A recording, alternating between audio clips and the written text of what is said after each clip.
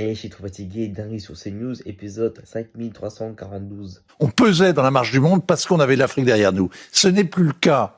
C'est-à-dire qu'on vient de perdre l'Empire.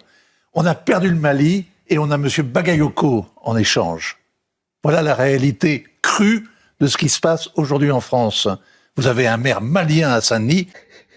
Encore un flux du bus nostalgique de la colonisation. On est en 2026, lui il est encore en 1840. Lui c'est sûr que tout le matin il se réveille avec les temps de colonie de Michel Sardou. Il y a des gens, ils jurent sur la Bible, lui il jure sur le Code Noir. Mais tu te rends compte de la dinguerie? Il a dit la France a perdu l'Afrique et a perdu un empire. Mais je savais pas que l'Afrique s'appartenait à la France. Genre la France a perdu quelque chose qui ne lui appartient pas. Bah, elle a rien perdu, connard. Ces pays se sont battus pour leur liberté. T'as cru que la France était censée récupérer des royalties sur leur liberté? Enfin si, le franc CFA. Mais aussi des dictateurs mis en place par la France pour récupérer facilement les ressources naturelles. En fait, les blancs, ils aiment trop s'approprier des choses qui leur appartiennent pas. C'est comme si t'es une femme, t'as réussi à divorcer de ton mari toxique, pervers, narcissique, violent, mais il va quand même te demander les pensions alimentaires. On a perdu le Mali et on a M. Bagayoko en échange. Mais t'as cru que c'était un mercato ou quoi? Et en plus, c'est hyper raciste. Le maire de Saint-Denis, c'est un élu de la République. Mais toi, tu le renvoies à sa couleur de peau. C'est comme si toi, t'as un premier code de chez CNews et on te renvoie un fils d'up.